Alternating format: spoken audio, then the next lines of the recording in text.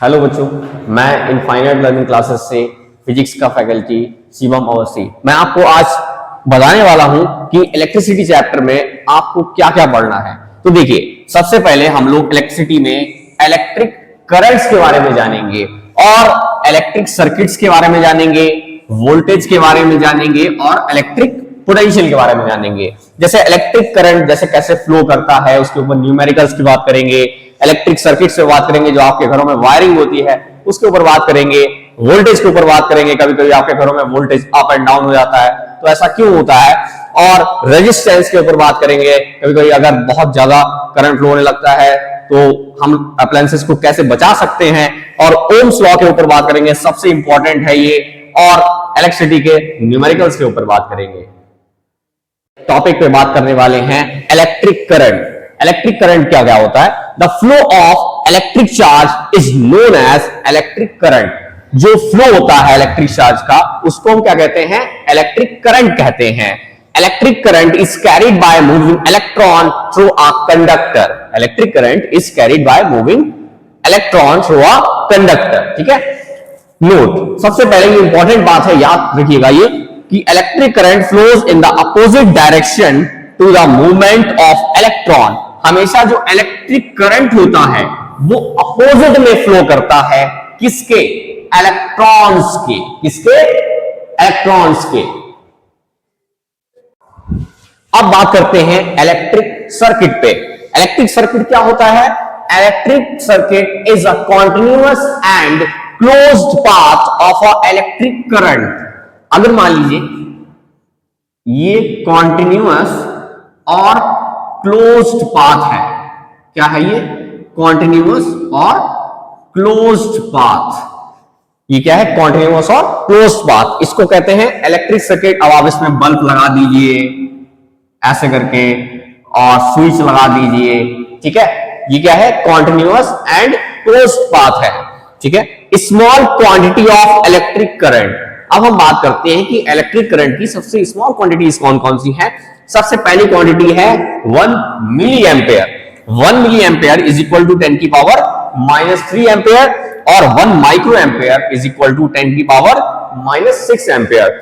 अभी आप सोच रहे होंगे कि ये एम्पेयर क्या है, इसके बारे में हम अभी आगे बात करेंगे जब हम पूरी डिटेल में आपको बताएंगे कि इलेक्ट्रिक करंट होता क्या है और उसके बारे में उनकी SI यूनिट के बारे में बात करेंगे। ठीक है, एमीमीटर। एमीमीटर क्या होता है? शायद कुछ लोग जानते हो इसको। An apparatus to measure electric current in the circuit. हम क्या करेंगे? An apparatus to measure electric current. Electric current को मेजर करने के लिए जिस अप्लायंस का यूज करते हैं उसको हम क्या कहते हैं? एमीमीटर कहते हैं। अब हम लोग चार्ज के बारे में पढ़ने वाले हैं। चार्ज क्या होता है? चार्ज एक फंडामेंटल प्रॉपर्टी है मैटर की। अब आखिर मैटर क्या होता है? मैटर वो होता है जो भी चीज स्पेस ऑक्युपाई करती है वो सब क्या है? मैटर है। अब देखिए, चार्ज दो प्रकार का होता है। कौन कौन सा? पॉजिटिव चार्ज और नेगेटिव चार्ज। अब देखिए, आपने देखा होगा कभी कभी 12 वोल्ट की बैटरी जो बचपन में यूज किया करते थे, उससे बल्ब जलाया करते थे छोटा, उसमें एक टर्मिनल पॉजिटिव होता था और एक टर्मिनल नेगेटिव होता था। तो वहीं से कॉन्सेप्ट है चार्ज पॉजिटिव और नेगेटिव का। अभी हम डिटेल में समझेंगे इसके बारे में जब हम इलेक्ट्रिक करंट के बारे में पढ़ेंगे। अब देखिए, चार्ज को हम डिनोट करते हैं किससे? Q से डिनोट करते हैं। और इसकी SI यूनिट क्या होती है? कूलॉम होती है। क्या होती है? कूलॉम। अब देखिए, इसमें SI का मतलब क्या है?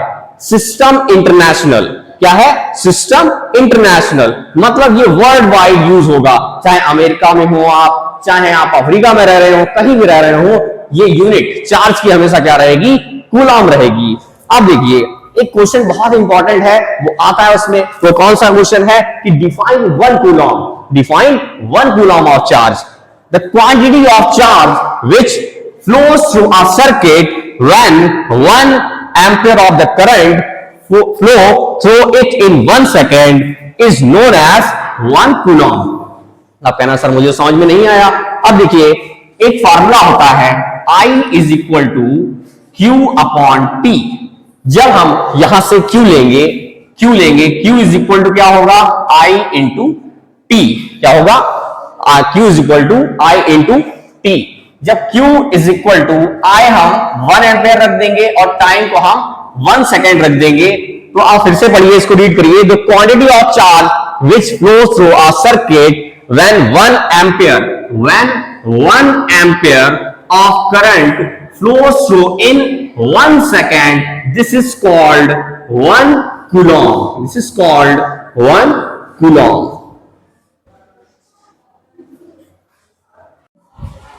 अब हम लोग समझेंगे करंट के बारे में। करंट क्या होता है? Current is the rate of flow of charge. देखिए, आपको फिजिक्स की अगर थ्योरी याद करनी है तो सबसे पहले उसका फॉर्मूला याद करिए। यहां पे देखिए, I is equal to Q upon P. Current is, I symbol है करंट का, current is flow of charge, rate of flow of charge. Rate मतलब क्या होता है? टाइम और चार्ज। तो I is equal to Q upon T. तो आपको याद हो गया होगा कि करंट क्या होता है? Current is rate of flow of charge. अब देखिए, it is denoted by I। Current को किससे डिनोट करते हैं हम? I से। अगर I कहीं लिखा दिख जाए, इसका मतलब क्या है? करंट है वो। It's SI unit is ampere. Ampere इसकी क्या होती है?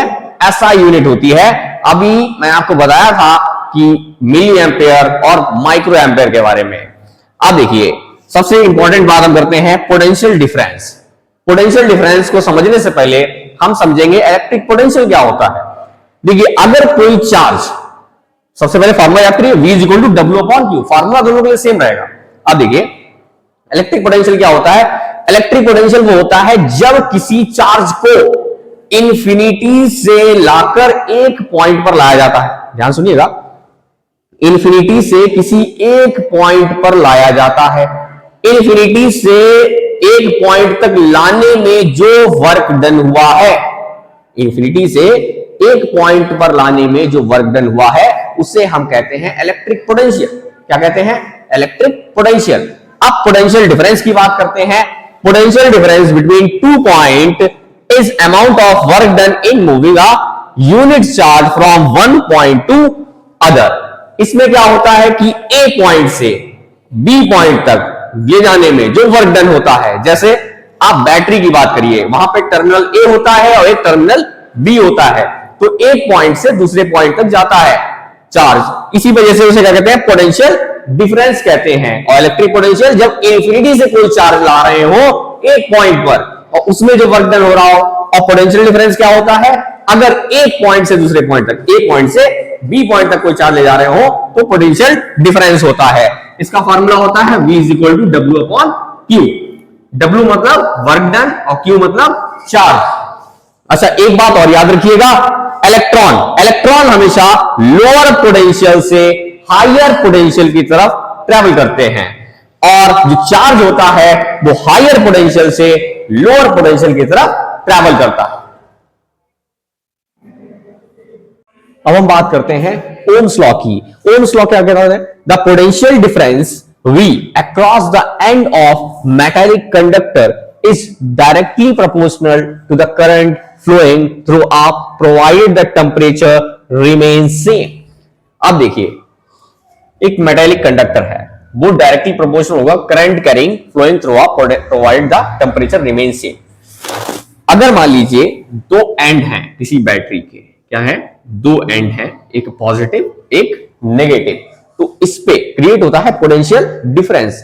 कल मैंने बताया था आपको कि जब कोई करंट ए पॉइंट से एक कोई भी हम प्रोटॉन इलेक्ट्रॉन कोई भी चार्ज पार्टिकल ले लेते हैं, जब एक पॉइंट से दूसरे पॉइंट तक आता है, एक पॉइंट से दूसरे पॉइंट तक आता है, तो उसे पोटेंशियल डिफरेंस कहते हैं। अब ओम्स लॉ भी यही कहता है, the potential difference across the end of metallic conductor, दो मेटालिक कंडक्टर है, ठीक है, is directly proportional to the current flowing through a provided temperature remain same.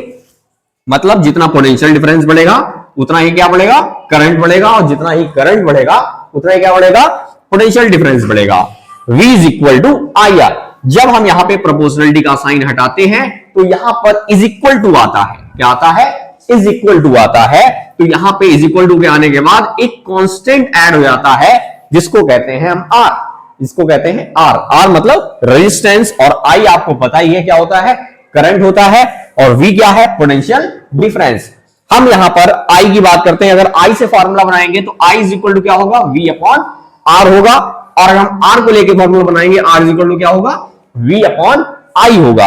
अब देखिए इसमें एक इंपॉर्टेंट चीज है कि अगर हम मान लीजिए कोई अगर ग्राफ देखते हैं, ओम्स लॉ का एक ग्राफ होता है, वो स्ट्रेट लाइन ग्राफ होता है। ग्राफ कैसा होगा, स्ट्रेट लाइन। याद रखिएगा हमेशा जो ओम्स लॉ का ग्राफ होता है वो स्ट्रेट लाइन ग्राफ होता है। अब देखिए हमने देखा है, अभी मैंने आपको जो ग्राफ बताया था उसमें ये स्लोप, ये क्या होता है बच्चे, स्लोप होता है। अब देखिए जैसे जैसे अगर मान लीजिए इस लाइन को हम ऊपर बढ़ाते चले जाएंगे तो स्लोप क्या होता चला जाएगा, बढ़ता चला जाएगा, और यहां पे अगर हम इस लाइन को कम कर देंगे स्लोप क्या हो जाएगा, कम हो जाएगा। अब देखिए हम अगले टॉपिक की ओर चलते हैं। अगला टॉपिक है हमारा combination of register. Combination of register क्या होता है बच्चे, देखिए सीरीज और पैरेलल। कॉम्बिनेशन दो प्रकार के होते हैं, सीरीज और पैरेलल। अब देखिए सबसे पहले हम कॉम्बिनेशन की बात करते हैं, सीरीज की। जैसा कि आपने देखा होगा आपके घरों में जब दिवाली वगैरह होती है ना, तो उसमें मान लीजिए जब लाइटनिंग वगैरह करते हैं हम, तो सब कनेक्शंस किसमें होते हैं, सीरीज में। जैसे झालरें वगैरह पड़ जाती हैं तो वो सीरीज में, जैसे एक बल्ब खराब हो गया तो सारे बल्ब खराब हो जाते हैं, ठीक है। अब देखिए यहां पे हम सीरीज में बात करते हैं जब, तो एक वायर में R1 R2 R3 R4 ये रजिस्टर्स हमने क्या कर दिए, कनेक्ट कर दिए। अब देखिए I, जब हम सीरीज की बात करते हैं तो जो करंट होता है, क्या होता है बच्चे, करंट, जो करंट होता है वो सेम होता है, और पोटेंशियल डिफरेंस V वो क्या होता है, डिफरेंट होता है। आपको एक बहुत अच्छा से बात बताता हूं मैं, जैसे मान लीजिए अगर आपको इसका फॉर्मूला प्रूफ करना है सीरीज वाला या पैरेलल वाला, तो सबसे पहले देखिए कि इसमें डिफरेंट क्या चीज है। डिफरेंट क्या है, इसमें पोटेंशियल डिफरेंस है। तो हम लेंगे V, V is equal to V1 plus V2 plus V3 plus V4। अब कहना सर ये कैसे हो सकता है कि ये V ही जो है वो डिफरेंट है, ठीक है। अच्छा आपने देखा होगा, जैसे मान लीजिए एक वायर में, आप एक्सपेरिमेंट कर सकते हैं घर पे। जैसे मान लीजिए एक वायर में अगर हमने 5 बल्ब लगाया, तो सबसे पहले वाले बल्ब के पास जो है ग्लो ज्यादा जाएगा, और उसके बाद करंट थोड़ा कम हो जाएगा, और जैसे जैसे हम आगे बढ़ते चले जाएंगे तो लास्ट वाले बल्ब थोड़ा सा कम ग्लो करेगा। उसका रीजन क्या है, यही है कि भाई साहब इसके पास वोल्टेज, जो वोल्टेज है ना वो कम जा रहा है, लास्ट वाले के पास क्या हो रहा है, वोल्टेज क्या हो रहा है, कम जा रहा है, ठीक है। अब देखिए अभी मैंने ओम्स लॉ के हिसाब से बताया था कि V का फॉर्मूला क्या होता है, V is equal to IR होता है। IR is equal to IR1 plus IR2 plus IR3 plus, अब देखिए जहां जितने आप रजिस्टर लगा रहे हैं 400 200 500 व्हाटएवर आपकी मर्जी है, जितने लगा पाए आप। R इक्विवेलेंट, तो हमारा फॉर्मूला क्या बन जाएगा, R equivalent is equal to R1 plus R2 plus R3। ये हमारा क्या बन जाएगा, फॉर्मूला में यहाँ पे R3 है। अब देखिए normal R equivalent is equal to R1 plus R2 plus R3 plus R4 plus R5, जितने आप लगा पाए उतने लगा दीजिए, ठीक है, समझ गए बात। अब देखिए सेम तरीके से हम पैरेलल की बात करते हैं। पैरेलल में क्या होता है, कॉम्बिनेशन देखिए ये सब पैरेलल में लगे हुए हैं। किसमें लगे हुए हैं, ये देखिए ये सब पैरेलल में लगे हुए हैं, ठीक है। अब पैरेलल में क्या होता है कि I जो हमारा करंट होता है, क्या होता है, करंट, जो हमारा करंट होता है वो क्या होता है, डिफरेंट होता है। करंट क्या होता है, डिफरेंट होता है। V potential difference, potential difference क्या है, सेम। मैंने बताया ना फॉर्मूला प्रूफ करने के लिए केवल एक काम जरूरी है, क्या है, जो डिफरेंट वाली चीज है उसको पकड़ लो, ठीक है। I is equal to I1 plus I2 plus I3, मतलब पैरेलल में क्या डिवाइड हो रहा है बच्चे, पैरेलल में क्या डिवाइड हो रहा है, करंट डिवाइड हो रहा है। यहां पे देखिए ये मान लीजिए I1, ये मान लीजिए I2, इसको मान लीजिए I3, ये टोटल I था आपका। यहां से जैसे इसे क्रॉस किया तो 3 करंट बढ़ गए, I1 I2 और I3, ठीक है। अब देखिए यहां से I का फॉर्मूला, अब V is equal to IR होता है, यहां से I का फॉर्मूला लगाएंगे V अपॉन R हो जाएगा, क्या हो जाएगा, V अपॉन R हो जाएगा। तो हमने V अपॉन R यहां पे पुट कर दिया, तो V upon R is equal to V upon R1 plus V upon R2 plus V upon R3, ठीक है। क्योंकि यहां पे V क्या है, पोटेंशियल डिफरेंस क्या है, सेम है। तो आप देखिए हम V V V V ये कॉमन लेके सब कट जाएंगे, तो हमारा फॉर्मूला क्या बन जाएगा, 1 upon R equivalent is equal to 1 upon R1 plus 1 upon R2 plus 1 upon R3 plus 1 upon R4, जितने आप लगा पा रहे सर उतने लगा दीजिए, समझ के बाद। तो हम बात करते हैं रेजिस्टेंस की, कि आखिर रेजिस्टेंस क्या होता है। यानी सर आप बताए जा रहे हैं कि आर आर आर, जो आर है क्या ये, देखिए it is a property of conductor. Resistance क्या होता है, एक प्रॉपर्टी होती है कंडक्टर की जो अपोज करती है फ्लो ऑफ इलेक्ट्रिक करंट को। जैसे इलेक्ट्रिक करंट जब जा रहा हो तो उसको अपोज करना, उसको क्या कहते हैं, रेजिस्टेंस कहते हैं। क्या कहते हैं बच्चे, रेजिस्टेंस कहते हैं। हमेशा याद रखिएगा, जब भी हमें मैक्सिमम रेजिस्टेंस फाइंड करना हो तो हम बात करेंगे सीरीज की। तो हम फार्मूला कौन सा लगाएंगे, सीरीज वाला फार्मूला लगाएंगे। और जब भी हमें मिनिमम रेजिस्टेंस फाइंड करना हो तो हम फार्मूला लगाएंगे पैरेलल का। अब देखिए हम factors on which resistance of conductor depend.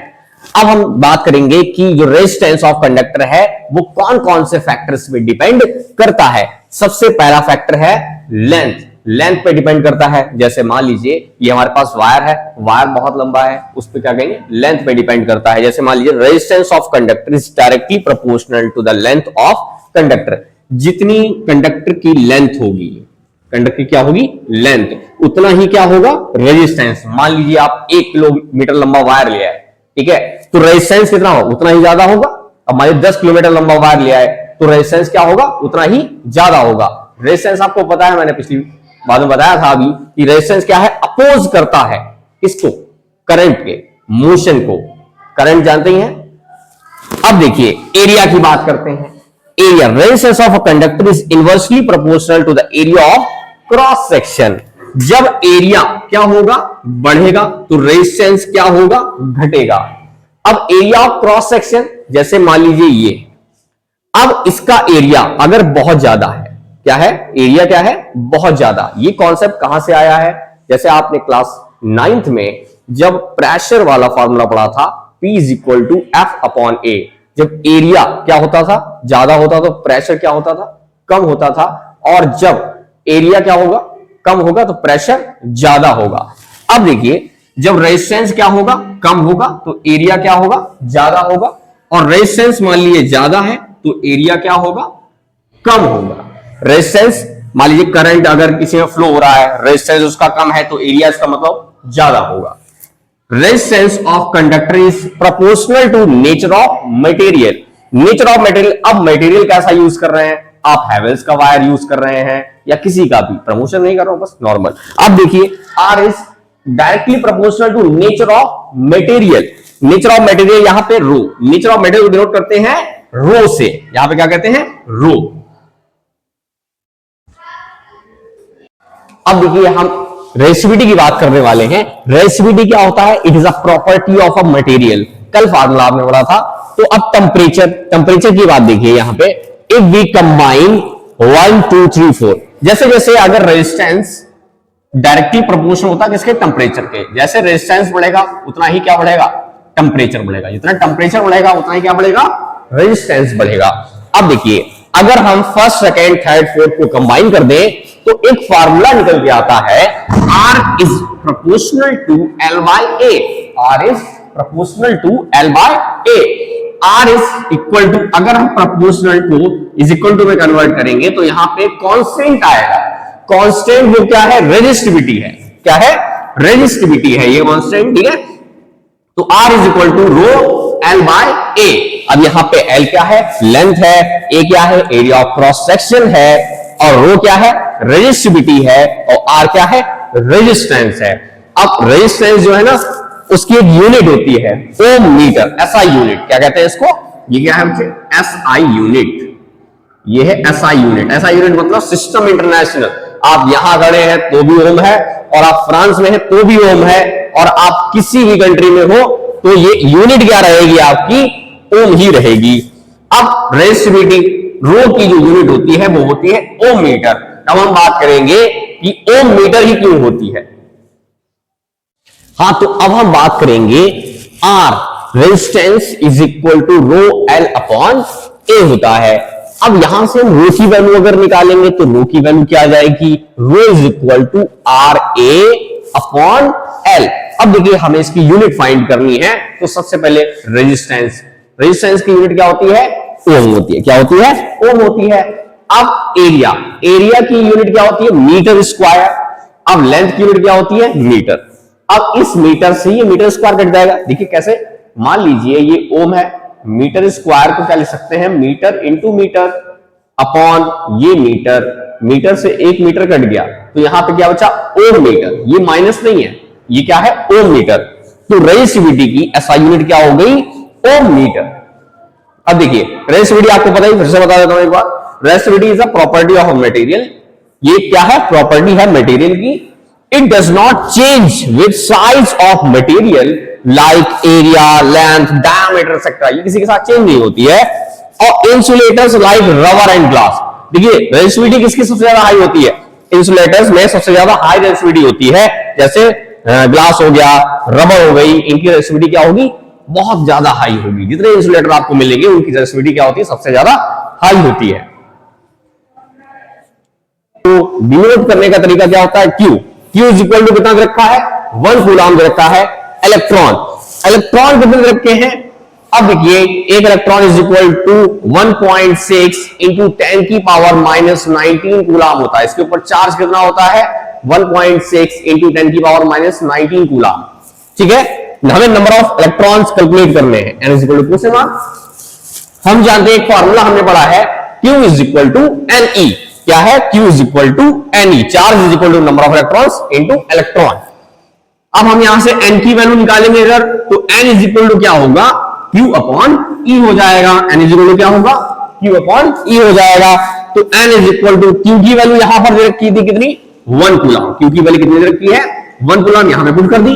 अब वैसे ही इलेक्ट्रॉन कितने रखे हैं? 1.6 इंटू 10 की पावर माइनस 19 कूलम। ये बात आपको पता होनी चाहिए कि वन इलेक्ट्रॉन कितना होता है? 1.6 इंटू 10 की पावर माइनस 19 कूलम। ये एक इलेक्ट्रॉन पर चार्ज होता है, ये आपको याद होना चाहिए, क्वेश्चन में गिवन नहीं होगा। अब देखिए नंबर ऑफ इलेक्ट्रॉन्स ये नोट कर दिया। अब देखिए यहां से कूलम और कूलम कट गया क्योंकि डिवाइड में थे। अब number of electrons is equal to 1 upon 1.6 into 10 की पावर माइनस 19। अब आपने मैथ्स वाले चैप्टर में एक्सपोनेंट पे पढ़ा होगा कि जब डिवाइड में पावर नेगेटिव में होती है, जब हम उसको ऊपर ले जाते हैं न्यूमरेटर में, तो पावर क्या हो जाएगी? पॉजिटिव हो जाएगी। क्या हो जाएगी? पॉजिटिव हो जाएगी। अब देखिए जैसे हमने यहां से पॉइंट हटाया तो पॉइंट हटाने के बाद क्या यहां पे बढ़ गया? 0 बढ़ गया। अब देखिए 2 5 जा 10, 2 8 जा 16। अब है ना सही? कैसे आ गया है? तो 8 से जब इसको डिवाइड करोगे, देखिए 8 से जब 5 को डिवाइड करोगे तो क्या होगा यहां पर बच्चे? यहां पे लग जाएगा 0। क्या होगा? 0। अब 8 6 जा 48, कितना बचा? 2 बचा। फिर 8 यहां पे 0 बढ़ा सकते हैं क्योंकि पॉइंट लगा चुके हैं। फिर क्या होगा? 8 2 जा 16, यहां क्या बचा? 4। अब क्या होगा? पॉइंट लगा तो यहां पे 0 बढ़ा सकते हैं। 8 5 जा कितना होगा? 40 होगा। तो यहां पे आएगा n is equal to 0.625 into 10 की पावर 19, यही तो आएगा। अब जैसे यहां पे पॉइंट है, पॉइंट जब यहां पे लाएंगे, एक वैल्यू के बाद अगर हम पॉइंट लगाएंगे तो इधर वाली पावर क्या हो जाती है? कम हो जाती है। क्या हो जाती है? कम। जब पॉइंट इधर की ओर भागता है तो पावर ये वाली क्या होती है? कम हो जाती है। ठीक है, n is equal to 6.25 into 10 की पावर 18। ये नंबर ऑफ इलेक्ट्रॉन्स होंगे किसमें? 1 कूलम ऑफ चार्ज में।